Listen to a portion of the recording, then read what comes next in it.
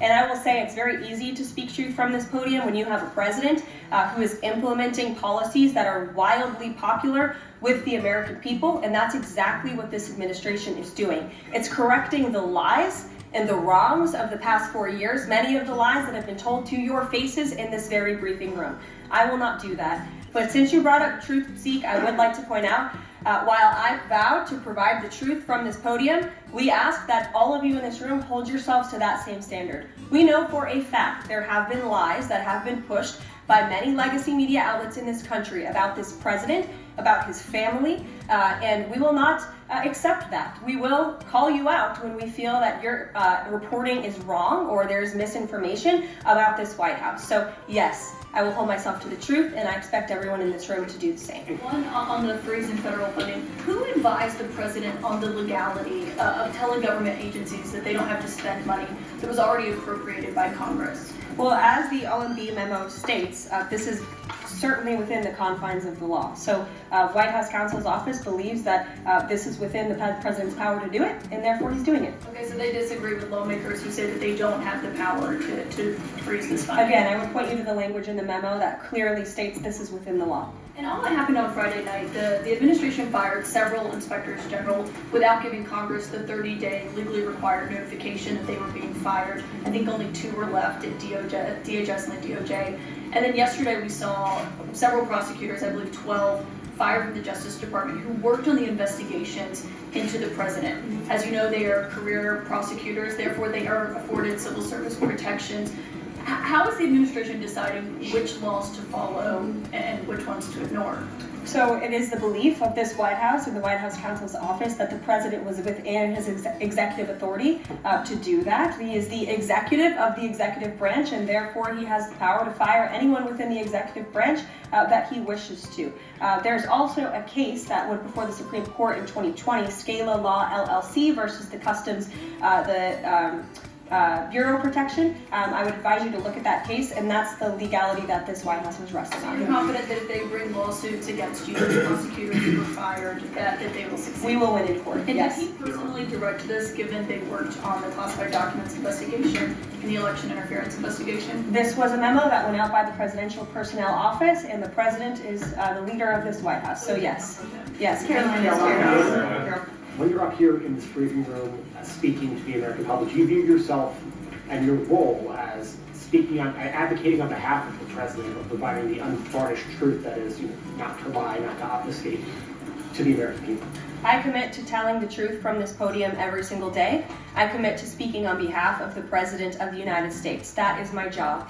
And I will say it's very easy to speak truth from this podium when you have a president who is implementing policies that are wildly popular with the American people, and that's exactly what this administration is doing. It's correcting the lies and the wrongs of the past 4 years, many of the lies that have been told to your faces in this very briefing room. I will not do that. But since you brought up Truth Seek, I would like to point out, while I vow to provide the truth from this podium, we ask that all of you in this room hold yourselves to that same standard. We know for a fact there have been lies that have been pushed by many legacy media outlets in this country about this president, about his family, and we will not accept that. We will call you out when we feel that your reporting is wrong or there's misinformation about this White House. So yes, I will hold myself to the truth, and I expect everyone in this room to do the same. And Caroline, just on a substantive question, yesterday the White House Office of Management and Budget directed across the board freeze, some exceptions for individual assistance, we understand, to federal grants. It's caused a lot of confusion around the country. Head Start providers among providers services to homeless veterans, Medicaid providers, states saying they're having trouble accessing the portal. Could you help us clear up some of the confusion, give some certainty to folks, and also is that uncertainty, how does that uncertainty service the president's voters? Well, I think there's only uncertainty in this room amongst the media. There's no uncertainty in this building. So let me provide the certainty and the clarity that all of you need. This is not a blanket pause on federal assistance and grant programs from the Trump administration. Individual assistance, that includes, I'm not naming everything that's included, but just to give you a few examples, Social Security benefits, Medicare benefits, food stamps, welfare benefits, assistance that is going directly to individuals will not be impacted by this pause. And I want to make that very clear to any Americans who are watching at home who may be a little bit confused about some of the media reporting. This administration, if you are receiving individual assistance from the federal government, you will still continue to receive that. However, it is the responsibility of this president and this administration to be good stewards of taxpayer dollars. That is something that President Trump campaigned on. That's why he has launched DOGE, the Department of Government Efficiency, who is working alongside OMB. And that's why OMB sent out this memo last night, because the president signed an executive order directing OMB to do just this. And the reason for this is to ensure that every penny that is going out the door is not conflicting with the executive orders and actions that this president has taken. So what does this pause mean? It means no more funding for illegal DEI programs. It means no more funding for the Green New scam that has cost American taxpayers tens of billions of dollars. It means no more funding for transgenderism and wokeness across our federal bureaucracy and agencies. No more funding for Green New Deal social engineering policies. Again, people who are receiving individual assistance, you will continue to receive that. And President Trump is looking out for you by issuing this pause because he is being a good steward of your taxpayer dollars. Thanks, Karoline. Sure. How long is this pause going to last, and how is the Trump administration recommending that organizations that rely on federal funding make payroll, pay their rent in the meantime?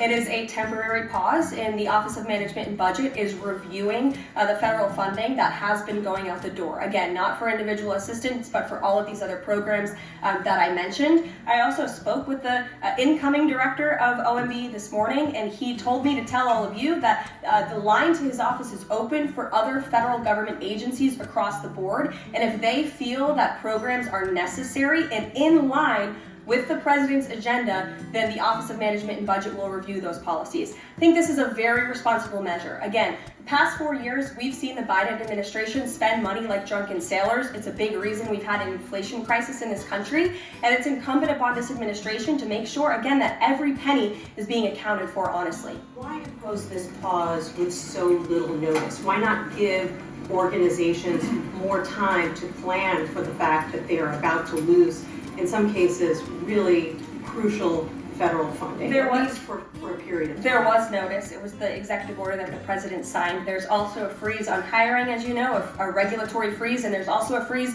on foreign aid. And this is, again, incredibly important to ensure that this administration is taking into consideration how hard the American people are working. And their tax dollars actually matter to this administration. You know, just during this pause, DOGE and OMB have actually found that there was $37 million that was about to go out the door to the World Health Organization, which is an organization, as you all know, that President Trump, with the swipe of his pen in that executive order, is no longer wants the United States to be a part of. So that wouldn't be in line with the president's agenda. DOGE and OMB also found that there was about to be 50 million taxpayer dollars that went out the door to fund condoms in Gaza. That is a preposterous waste of taxpayer money. So that's what this pause is focused on, being good stewards of tax dollars. And so this doesn't Jennifer. affect Meals on Wheels or Head Start or disaster aid? Again, it does not affect individual assistance that's going to Americans. To follow up on Nancy, do you think there will be a list of who is affected and how much money is affected? How will these contractors and organizations know if they are actually having their funding frozen? And then secondly, if you're willing, can you just clarify, is the end goal of this to essentially challenge Congress or to prove that the president can withhold federal funding? In other words, is this an attempt to pick a fight to prove that he can do this? No, absolutely not. As it says right here in the memo, which I have, and I'd encourage all of you to read it, it says the American people elected President Trump to be the President of the United States and gave him a mandate to increase the impact of every federal dollar. This memo requires federal agencies to identify and review all federal financial assistance programs and supporting activities consistent with the president's policies and requirements. The American people gave President Trump an overwhelming mandate on November 5th, and he's just trying to ensure that the tax money going out the door in this very bankrupt city actually aligns with the will and the priorities of the American people. Ryan Glenn. Yes. Welcome. You're Thank looking you. great. You're doing a great job. Thank You talked you. about transparency and some of us in this room know how just transparent President Trump has been the last 5 or 6 years. I think you'll do the same. My question is, do you think this latest incident with the president of Colombia is indicative of the global, powerful respect they have for President Trump moving forward, not only to engage in economic diplomacy with these countries, but also world peace? Absolutely. I'll echo the answer that the president gave on Air Force One last night when he was asked a very similar question by one of your colleagues in the media. This signifies peace through strength is fact. And this president will not tolerate illegal immigration into America's interior. And he expects every nation on this planet, again, to cooperate with the repatriation of their citizens who illegally entered into our country and broke America's laws. Won't be tolerated. And as you saw, the Colombian government quickly folded and agreed to all of President Trump's demands. Flights are underway once again. Deanna. Two questions on deportations, if I may. President Trump had said on the campaign trail that he would deport pro-Hamas students who are here on visas. And on his first day in office, he signed an executive order that said, quote, the U.S. must ensure that admitted aliens and aliens otherwise already present in the U.S. do not bear hostile attitudes towards the citizens, culture, government, institutions, or founding principles. So should we take this executive order as Trump saying he would be open to deporting those students who are here on visas but, hold pro-Hamas sympathies? The president is open to deporting individuals who have broken our nation's immigration laws. So if they are here illegally, then certainly he is open to deporting them. And that's what this administration is hard at work at doing. We receive data from DHS and from ICE every single day. From what we hear on the ground, ICE agents are feeling incredibly empowered right now because they actually have a leader in this building who is supporting them in doing their jobs that they were hired to do, which is to detain, arrest, and deport illegal criminals who have invaded our nation's borders over the past 4 years. That's what the president is committed to.